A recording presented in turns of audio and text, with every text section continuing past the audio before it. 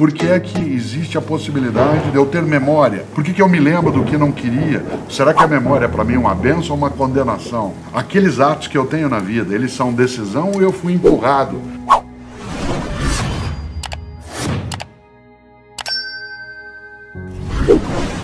Sabe que filosofia é uma coisa para as pessoas elas se encantarem. Não é para elas temerem, é que nem matemática. Por exemplo, qual é a mais humana da ciência? É a matemática. Ela é pura criação humana. Nada que ela lida, nada existe.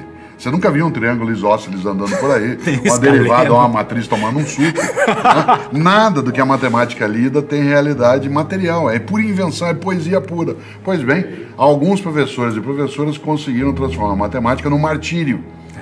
Como algumas pessoas transformam filosofia no martírio. Não pode ser. A filosofia ela tem que ter profundidade, ela tem que ser analítica, sistemática, metódica, mas ela não pode ser enfadonha. Né? Tudo aquilo que é enfadonho, quando a gente traz, por exemplo, uma conversa sobre filosofia numa tarde, né, em que a família está assistindo, qual é a finalidade? Que as pessoas apreciem, não que elas nos temam.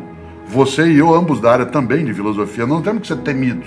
Ao contrário, ninguém pode dizer assim, o Chalita ou o Cortella são homens inteligentes só porque a gente fala o que não é compreendido. A gente só será inteligente se aquilo que a gente falar puder ser entendido pelas pessoas. Se não for, Mário Quintana, um dia eu estava conversando isso contigo, né, e me lembro, Mário Quintana tem uma frase que me assusta, você é escritor, eu também, ele tem uma frase magnífica, ele diz, quando o leitor tem de perguntar ao autor o que ele quis dizer com isso, um dos dois é burro. E eu sempre acho que eu sou burro na hora de escrever, então eu preciso melhorar, né, por essa condição. Mas a filosofia, ela é boa, ela nos encanta, ela ajuda a conversa. Quando você pensa um homem do século VI a.C., um pedacinho do V, né, que é capaz de dizer algo magnífico, como a única coisa permanente é a mudança. Não se a única pode coisa banhar duas vezes isso, não se toma banho duas vezes no mesmo rio, porque quando você volta, nem você é o mesmo, nem o rio é o mesmo. Isso é de uma atualidade absolutamente marcante. Quando a gente pega a reflexão dos pré-socráticos que você mencionou, aquilo que vem, né, com a ideia de Anaximes, Anaxágoras, que são nomes que parecem meio esotéricos, né, para as pessoas, mas eles têm uma marca no nosso cotidiano. Quando Pitágoras, vários de nós estudamos Pitágoras na matemática antes de vê-lo na filosofia, mas Pitágoras, que você sabe muito bem, é o criador da palavra filósofo. Ele inventou a palavra filosofia. Quando ele fala de alguém que se dedica, que tem um afeto pelo conhecimento, né, alguém que tem um carinho, eu gosto dessa palavra, carinho, né, pelo saber, que entende que em latim sabor e saber têm a mesma origem semântica. Aliás, os portugueses, melhor até do que nós, dizem, para dizer que uma comida é gostosa, diz isso me sabe bem. Dizer que aquilo é apreciável. Portanto, aquilo que a filosofia é capaz de trazer, ela nem sempre é absolutamente nítida, nem para nós. Nem sempre a gente consegue lidar como se ela fosse mera iluminação. Mas ela consegue fazer aquilo que você puxava. Nós vamos às grandes questões da vida. Quem sou eu? Qual a origem do mal? Por que é que existe aquilo que existe em vez de nada existir? Por que é que existe a possibilidade de eu ter memória? Por que eu me lembro do que não queria? Será que a memória é para mim uma bênção ou uma condenação? Aqueles atos que eu tenho na vida, eles são decisão ou eu fui empurrado por alguma coisa que eu não controlo? Pedro Nava tem uma frase que para mim, Chalita, ela é inesquecível. Ele dizia, eu não tenho ódio, eu tenho a memória. Eu tenho memória, né? Eu não tenho ódio, eu tenho a memória. Isso é perigoso. O Ivan Esquerdo, que é um grande neurofisiologista, um grande médico da Federal do Rio Grande do Sul, que é um especialista em cérebro, ele tem um belíssimo texto que a gente não pode não ler, onde ele fala sobre o papel do esquecimento na preservação da saúde mental. Isto é, o quanto que a gente tem que ter memória de algumas coisas, mas não pode ter de todas elas o tempo todo. Porque, do contrário, a memória ela pode carregar coisas que são boas, e a essas boas que a memória traz para agora, eu chamo de saudade. E ela pode carregar coisas que não são boas, que são aquelas que são a culpa. Né? Portanto, sem imaginar, parte da memória nos preserva. Uma das coisas que o idoso ele mais sofre no dia a dia é o fato de que a memória dele, ela não é que ela desaparece, é que ele começa a perder à sua volta aquilo que é referência. Isto é, o lugar que ele andava não tem mais. Quanto mais a pessoa vive, mais ela fica isolada, porque se ela tiver muito tempo de existência, né, outras pessoas falecem e ela se sente abandonada num outro tempo, como se ela tivesse encapsulada. Nesta hora, a memória salva. Porque quando alguém bem idoso, alguém da nossa família, da nossa amizade, diz assim, porque eu, em 1940, quando eu estava ali em Cachoeira Paulista, que meu pai estava na loja de calçado, quando começa a pensar essas coisas, e aquilo vai reavivando. A Terezinha Rios gosta de trabalhar uma ideia que é de recordar.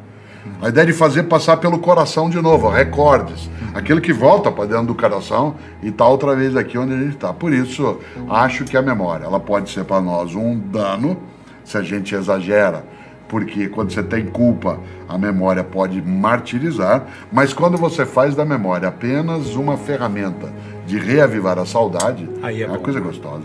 Todo estrangeiro apavora com uma frase que nós dizemos, que é assim, eu vou acabar com a tua raça. Essa expressão, ela é de uma violência. Primeiro que ela é genocida. Ela é genocida. Você já começa a trazer à tona tudo aquilo que é o horror da vida. É possível, mas não é obrigatório. Eu vou acabar com a tua raça significa não vou deixar rastro. Eu acho que a vingança, ela é como a ideia da raiva. Né? Várias vezes você já leu, né, quanto se disse, é uma frase antiga, não tem autoria definida, que o ódio, por exemplo, é um veneno que você toma desejando que faça mal a outra pessoa. É você que toma, mas você acha que vai fazer mal para o outro. Há uma diferença entre desculpa e perdão. Desculpa é a coisa leve. Isto é, tudo bem, ok, isso não é perdão.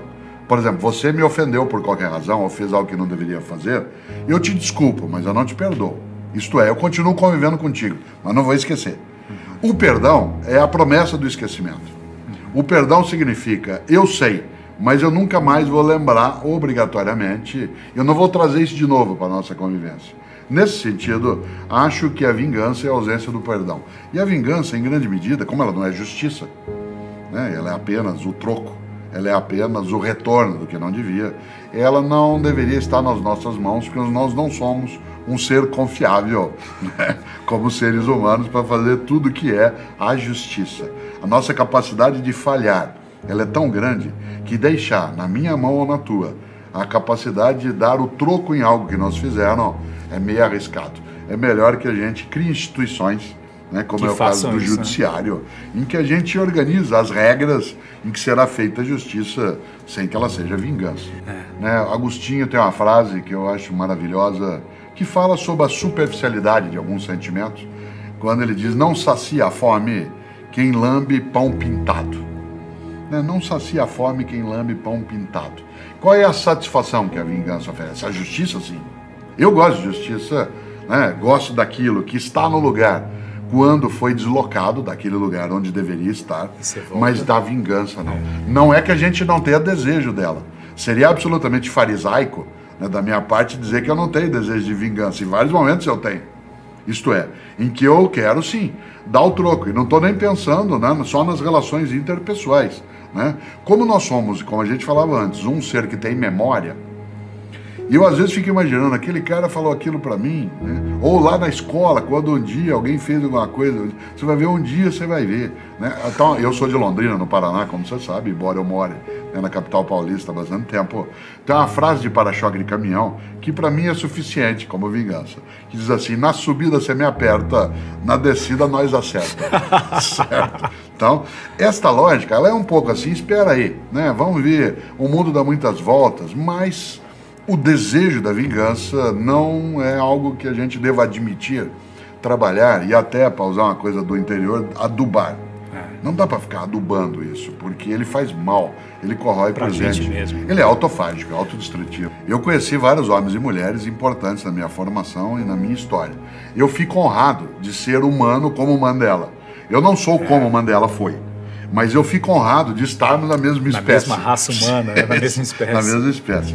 Mandela veio ao Brasil logo depois que ele foi libertado, e eu tive a honra de também estar, quando ele veio visitar a cidade de São Paulo, eu era secretário de Educação, na prefeitura ele veio visitar, e eu tive a honra, Xalita, de apertar a mão do Nelson Mandela. Você imagine, quando eu apertei a mão do Mandela, as minhas pernas bambearam. Porque eu não estava apertando a mão do homem, eu estava apertando a mão da decência.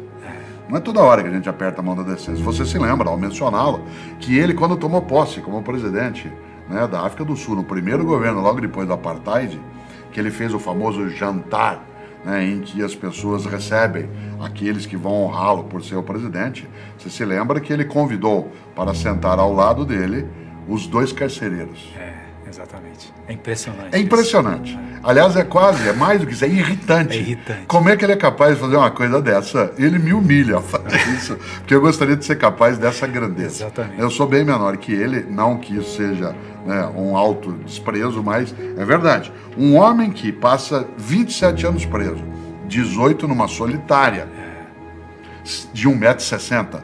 Mandela tinha 1,90 m de altura. Em 18 anos ele ficou recluso numa pequena jaula, onde ele só saía para ser interrogado e torturado. Advogado, né? Um homem que tinha toda uma trajetória possível, líder na comunidade dele. E ele, para o jantar de posse, em vez de convidar as grandes autoridades, ele chama para sentar um de cada lado os carcereiros. E ainda ao ser perguntado, diz, é porque eu queria que eles me vissem como um humano. Quer dizer, isso é de uma grandeza. O que faria você ou eu, claro, se a gente passa 27 anos sendo torturado, preso, vitimado, ofendido, né, agredido, e aí você tem em mãos o poder de ser presidente da República. De retribuir tudo, de dar vingar, o troco. de dar o troco. Dar o troco. O que ele faz? Ele humaniza a ideia e não se rebaixa. É de uma grandeza imensa. Eu acho que a gente tem poucos homens e mulheres na história que foram capazes de fazer isso com tamanha densidade. Claro, Jesus de Nazaré o fez, né? Mas é outra dimensão. Né? Mas a gente encontra isso em Sócrates, né? Que vai sim para o fim, para a morte com a cabeça erguida. Não quer fugir. Não quer, não sai. A gente encontra isso, né, naquilo que fez um dia Siddhartha Gautama, no modo de vida que escolheu. Né? Encontramos isso. Assis, né? Francisco de Assis. Né? Encontramos isso com Martinho Lutero, naquilo que conseguiu enfrentar. Encontramos isso com Madre Teresa de Calcutá. Irmã Dulce. Irmã Dulce. Aquela mulher que era frágil, com a coluna, dormiu mais de 20 anos numa cadeira, sentada, cadeira de madeira por causa da dor. Uma mulher desse tamanhozinho, amar, né? Tem uma obra que hoje atende mais de 70 mil pessoas por dia. Você lembra da teoria da Irmã Dulce, da teoria da última porta? Né? Em que ela dizia, nós temos de ser, as irmãs, a última porta que alguém bate. Depois de nós não pode ela não ter outro lugar para procurar. Ela tem que achar em nós a acolhida. Começou num galinheiro, na Cidade Baixa, em Salvador, ali perto da Praça Roma. Né? Essa fragilidade de alguém que se torna grande, quando você cita o Mandela, né, em vez de lamentar, o que ela fez? Ou ele fez? Foi atrás, foi buscar. Alguns filósofos conseguiram trabalhar bem essa ideia. Né? Você lembrou Aristóteles, né? A gente tem essa conversa com Kant também, vai lidar com a ideia de uma paz perpétua, né? Em que a gente tem a abolição do sentimento de vingança, né? Mesmo aquilo que é discutido por Hegel, né? Quando ele diz que quem exagera o argumento prejudica a causa, né? Vai trazendo coisas para o nosso cotidiano. Olha, eu gosto de fazê-lo. Você gosta de fazer muito. E eu acho que ser pessimista tem um componente de ser vagabundo. Eu acho que todo pessimista é vagabundo. Sabe por quê? Porque a melhor coisa que você precisa fazer para não fazer nada é achar que nada pode ser feito. E aí? Isso aí você não precisa se movimentar. De maneira geral, pessoas vagabundas ou pessimistas são muito vazias. Quem é do interior sabe que há uma frase popular que diz que carroça vazia faz muito barulho. Se você imaginar, a ideia de um mundo melhor, ela exige um otimismo crítico. A capacidade de não se deixar derrotar por uma postura que é aquela de imaginar que, tal como as coisas são, esse é o único modo delas serem. Claro que existe a militância no mundo pior. Alguns dos nossos colegas, alguns inclusive na área de filosofia, gostam de falar contra o mundo melhor. Tudo bem, é uma das maneiras de ser, inclusive faz sucesso em alguns círculos. É uma coisa gostosa, eu não deixo de lê-los. Eu gosto muito de ler as pessoas com as quais eu não concordo. Né? Gosto de ler, claro, aqueles com quem eu concordo, mas eu gosto de ler quem não concordo, porque eu talvez encontre ali reforço para algumas ideias que tem, ou para demolir. Eu posso estar pensando de maneira equivocada. Mas, é isso, claro, uma das coisas que eu gosto é de enfrentar quem diz que não é possível um mundo melhor. E é enfrentar mesmo, isto é, não bater, não agredir, mas dizer por quê. Onde você está repousando? Você acha que só porque você tem dificuldade que você vai desistir? Os romanos usavam uma palavra, você que fez também a área de direito muito tempo, eu gosto, mas que é terrível, que é pusilânime. O que é uma pessoa pusilânime? Aquela que é covarde. E quem é uma pessoa covarde? É aquela que, podendo fazer um mundo melhor, ela se reclui, ela se recolhe, ela se enfraquece. E o argumento para fazer isso é, não há o que fazer, ou a vida é assim. Esse tipo de submissão, as coisas eu acho que é meio vagabundagem. Mundo melhor é exatamente a afirmação do não. Não o quê? A falência da esperança, ao apodrecimento do futuro, a desertificação do nosso sonho.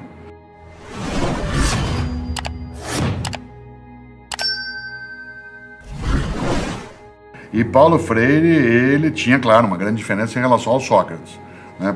Sócrates era aquele que tinha o diálogo em que o discípulo era iluminado. E o Paulo Freire partia do princípio que no diálogo o mestre também se iluminava. Né? Portanto, a posição socrática ela é um pouquinho mais elevada, né? Que a gente diria hoje menos pedagógica, né? Porque o mestre sabia e o outro era retirado de dentro da caverna, como está lá no livro 7 da República do Platão. Né? E o Paulo Freire achava que também o aluno ensinava.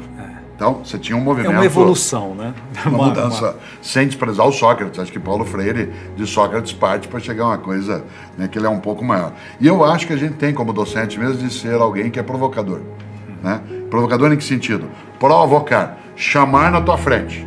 Né? De vocar aqui na minha frente. Não é só chamar a favor, é pró de pré.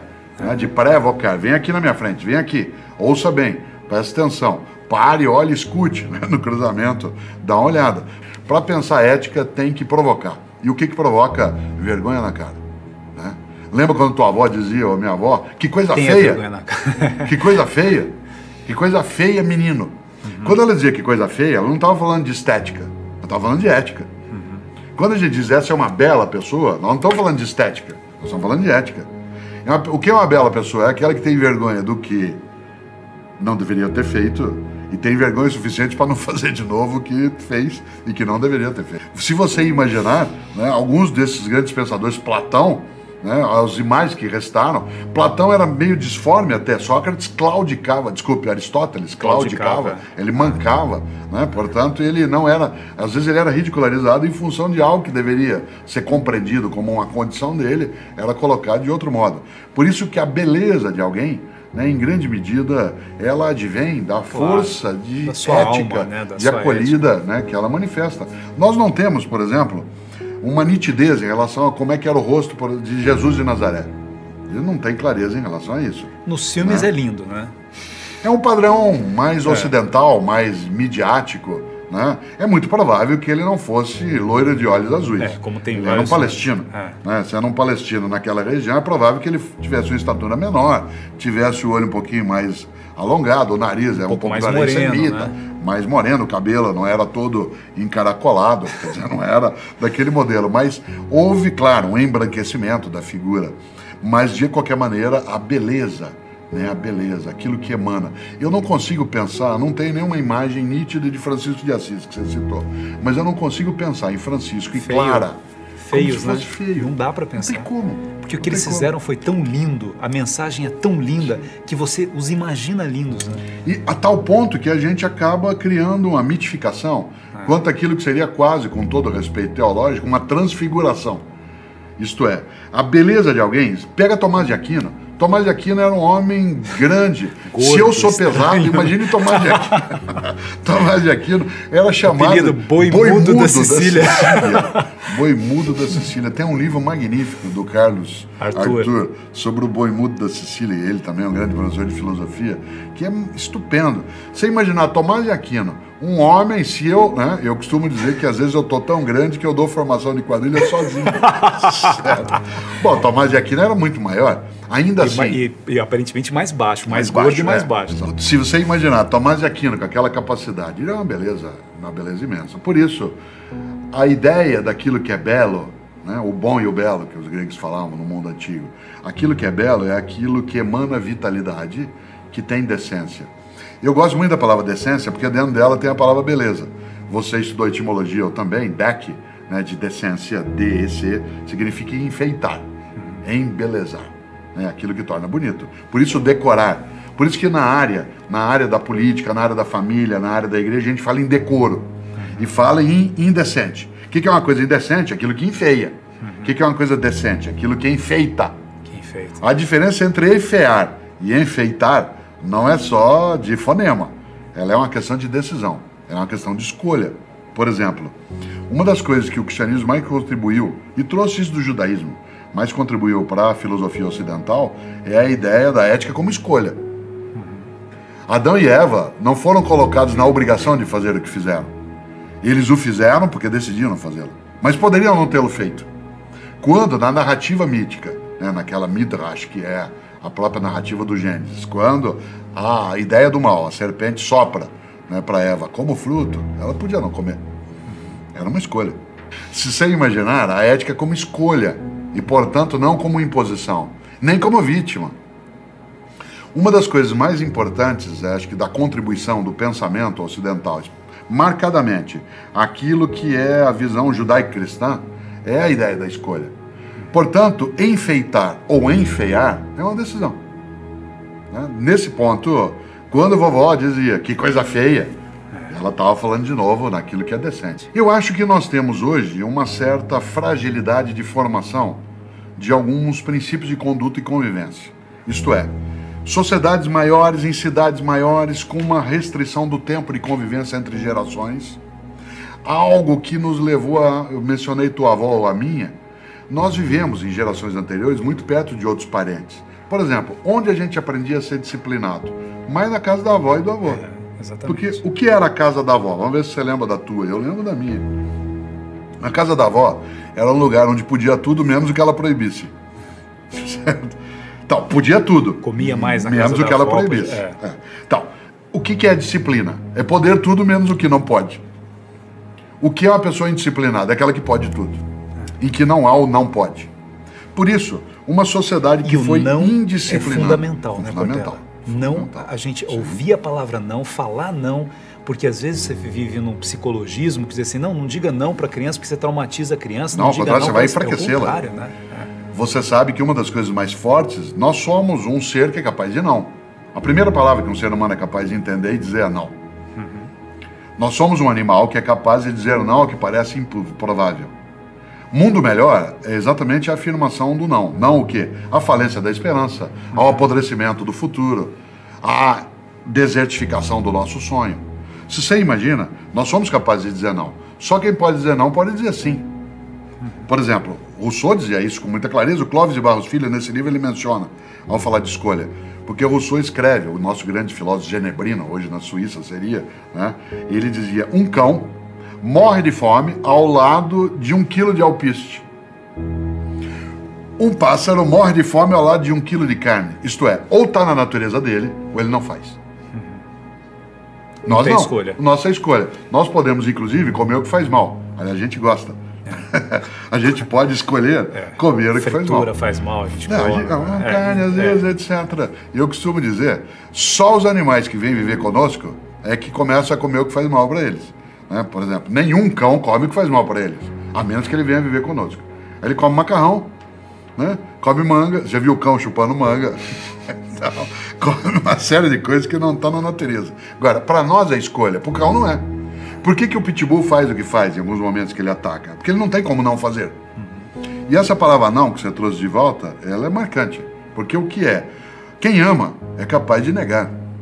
A afirmação contínua, isto é, a autorização contínua para qualquer coisa não forma alguém livre, forma alguém soberano. E esse soberano vai vir sobre você depois. Há um ditado do Pantanal que eu gosto sempre de lembrar. O pantaneiro diz, não dê asa à cobra. Não dê asa à cobra. Se já é um ser que sem asa já é meio arriscado, né? Imagine se você der asa. Né? Tem gente que dá asa à cobra com a indisciplina. Por isso, não é que a família degrada. Não, é que há alguma desatenção em relação a alguns valores. Por exemplo, crianças hoje que confundem desejo com direito. Eu quero, você tem que me dar. Ora, imagine. A ausência da ideia de esforço. Eu tenho uma preocupação. Parte das gerações que vão chegando, algumas famílias as estão formando sem ideia de esforço. A ideia de que tudo é automático. O Rubem Alves falou uma coisa interessante dos brinquedos. Você não tem mais relação afetiva com o brinquedo, porque antigamente você esperava o Natal para ganhar um brinquedo, o seu aniversário. Agora você ganha brinquedo o tempo todo, porque o pai ou a mãe acha que é uma forma de compensação porque ele está ausente e dá tudo para a criança. Então ele tem aquele monte de brinquedo, tudo que você dá. E a minha preocupação vem de uma lógica, a ausência de apego. Porque alguns diriam que hoje é preciso desapego, para algumas coisas é. Mas quando eu gosto de algo e eu me apego, eu quero tê-lo comigo. Está lá no Pequeno Príncipe. Mesmo que seja um livro que algumas missas tenham lido, ainda assim é de uma beleza maravilhoso. Brutal. Quando a que a gente já falou muito isso, né? Mas pode falar, sempre lindo isso, A né? frase, você é responsável por aquilo que você cativa, né? De cativar. Por exemplo, tem alguns livros na vida que me cativaram. Eu sou prisioneiro deles no bom sentido. Isto é, eu não quero estar longe. Tem algumas pessoas na vida que elas me cativam. Elas me cativaram. Portanto, eu mantenho uma relação que eu quero estar. Eu tenho um apego. A teoria do desapego, ela vale em relação a algumas coisas materiais, mas ela tem os seus limites. Em relação ao medo que eu estava te dizendo, qual é o meu maior? Parte dessa geração, que hoje é formada por alguns de maneira mais frágil, ela é uma geração que não tem ideia de esforço, não são todos, não é o tempo todo, mas tem. Como que ela vai cuidar quando a gente ficar mais idoso? Você é mais jovem que eu já estou mais adiantado. Isso significa quem vai cuidar? Porque alguns de nós somos a primeira geração que cuida das duas gerações paralelas. Boa parte de nós cuida dos filhos, que os tem, e dos pais. Seja no cuidado, seja em relação a ajudar a financiar a saúde, etc. Essa geração que chega, se ela não tiver ideia de esforço, ela será egoísta. E se ela for egoísta, eu não quero ficar abandonado. Certo? É uma questão ética. O exemplo.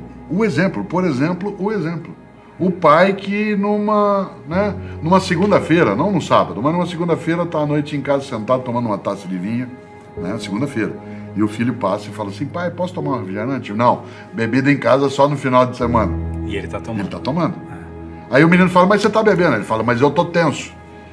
E a criança começa a criar um vínculo perigoso que é entre bebida alcoólica e remédio. Isto é, você está tenso? Beba. Você tem uma namorada que te largou? Beba. Você tem prova amanhã? Beba. Que dá uma relaxada. Exatamente.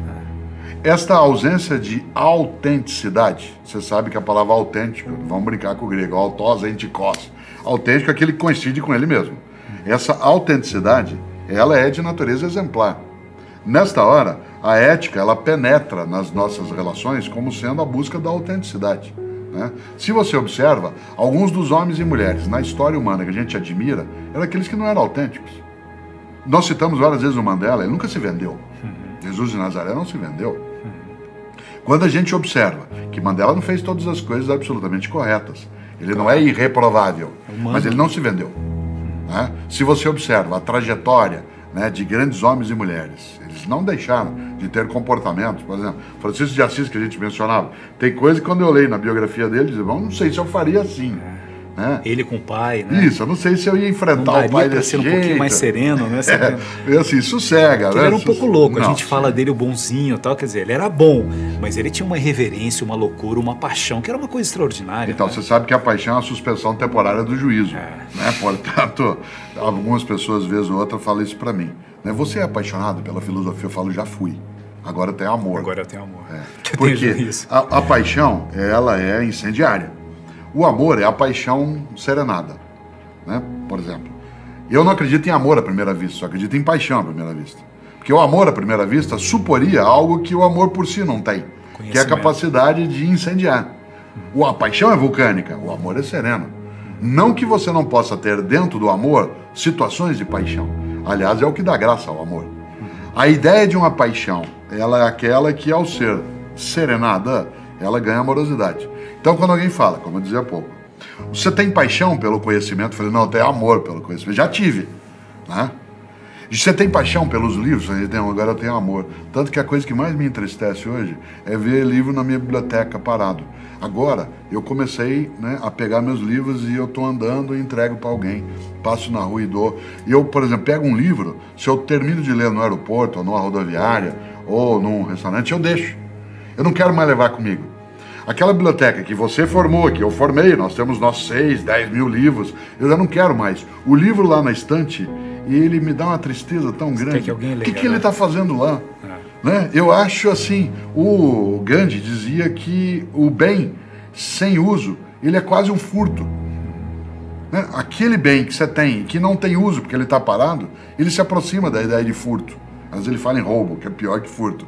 Né? Você imaginou, nesta hora, a capacidade nossa, né, de olhar um mundo em que se possa trabalhar aquilo que nos honra, que ao mesmo tempo nos faz trazer à tona tudo aquilo que nos dá alegria que nos marca pela amorosidade, né, que nos faz apaixonar em determinadas situações e que em outras nos leva para uma maior serenidade. Aí volta aos homens e mulheres que a gente falava. O que a gente mais tinha neles como admiração? A capacidade de fazer boas escolhas.